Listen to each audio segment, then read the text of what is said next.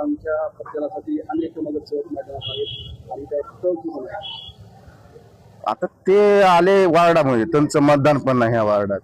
ते स्वतःच्या वार्डामध्ये भैया तर म्हणलेत 500-500, पण आम्ही म्हणतो की जेव्हा आम्ही जी आमचे मित्र कबड्डी उभा ठाणे त्यांच्या विरोधात ते 700 पडते. बाहेरच्यांनी वार्ड क्रमांक 3 मध्ये बोलूच नाही. मुळामध्ये अध्यक्ष साहेबांनी रिक्षा चालविणारे,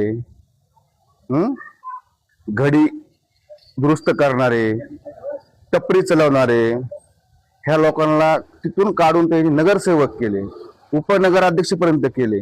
अध्यक्ष साहेबाचे ते उपकार विसरले, गद्दार झाले.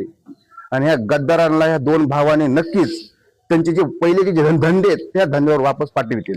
बीडची जनता सगळी मिळून त्यांना त्या धंद्यावर वापस पाठवतील. त्यांच्या एक नगरसेवकांनी असं आवाहन केलंय जोगे भैयांना की ते जर त्याच्या वार्डात पराभूत झाले तर त्यांना नगर नागरिक व्यवसाय करावा लागेल. त्यांना त्यांच्या तिथं आता तिथं त्यांना मी सांगतो, मी ती बाईट बघितली बघा.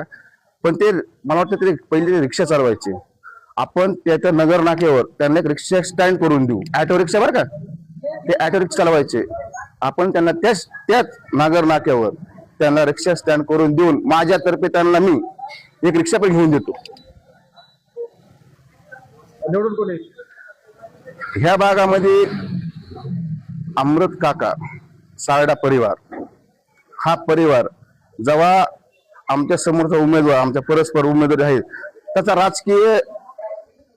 राजकारणात ते नव्हते बी किंवा त्यांच्या राजकारणात जन्म बी नव्हता, तेव्हापासून अमृत काका आणि सारडा परिवार हा गोर गरीब सगळ्या समाजाशी म्हणा, सगळ्या लोकांशी म्हणा, हाही तसाच सगळ्याला मदत करणारा, सुखा दुःखात उभा ठाकणारा हा परिवार आहे.